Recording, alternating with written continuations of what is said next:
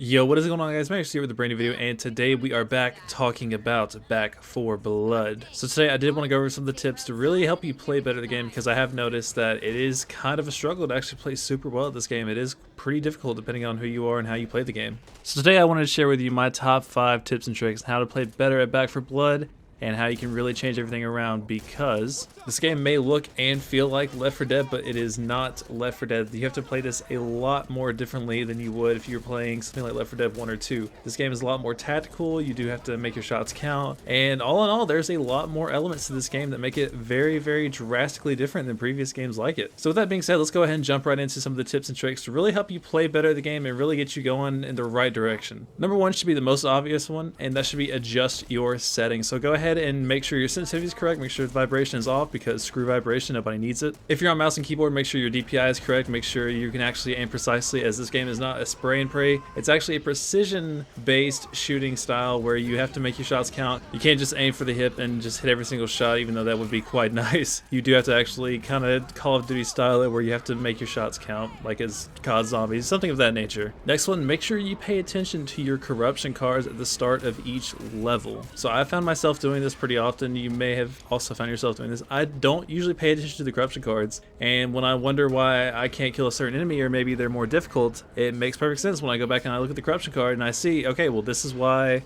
this one doesn't die so easily. You have to kill them with just headshots. Most of the issues that you do have in a lot of these playthroughs is simply because of the corruption cards, and maybe you didn't pay attention to it, or maybe you didn't think about how you can play it correctly. They're meant to add such a weird twist to it, and it kind of does the job, especially the fog one, not so much, but when you have other ones where headshots are the main ones, or the ones that make the birds spawn a lot more drastically. I don't know if you've seen those before, but those are very, very terrifying, because it creates in the level where no matter when you're walking through, you're always constantly running into the birds, or the fog's always covering surrounding enemies, and if you're not paying attention to that corruption card in the beginning, you're not going to be ready for it, you're not going to be prepared. So make sure you always pay attention to those cards, as they will be very, very key in making this last a lot longer than just a little 2-minute run through the first level.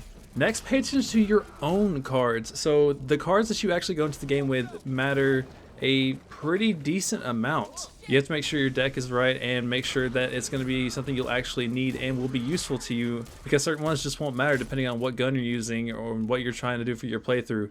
Let's say you're just using a shotgun, you're going to need something to reload faster, versus if you want to use an assault rifle, you're not really going to need to reload as fast, as you're just reloading a mag instead of reloading 8 bullets per time that you have to reload. So just paying attention to those deck cards can really make a huge difference, especially when you want to maximize the efficiency and how really cool you can play this game. It'll make your life a whole lot easier, and it will just create some much needed reassurance that you won't be underprepared for most of these situations that you'll run into. Number 4, make sure you find a gun that you like. I'm not just talking about the basic style, but I'm talking about attachments as well. Make sure you get in the practice arena and really mess around with all the guns and see which ones you like with what attachments, because that will be very, very key for making sure you last the longest. Maybe there's certain guns you don't like the suppressor on, but you'll find the suppressor mid-game. You know that you can avoid that one, so you don't have to put it on, and it'll make it so much easier for yourself in the long run, especially when you don't have to worry about these types of things. So really taking that extra 5 to 10 minutes just to make sure everything's good, make sure you're very comfortable with yourself, will make it a whole lot easier for you.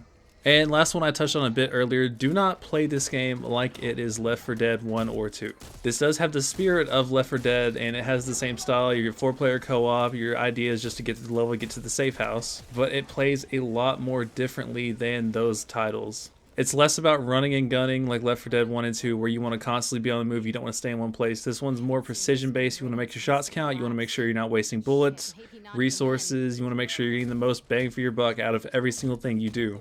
Your aim does not have to be perfect, but it does have to be a bit more accurate than like Left 4 Dead 1 or 2, where you're just literally spraying into the crowd the entire time and it feels like every bullet's hitting no matter what. These infected do feel a bit more spongy whenever you do shoot them, as well as the special infected. They feel super spongy, so they're a lot more difficult to kill. But that is the point of this one. That's the route they wanted to go, and that's the route that they wanted to take.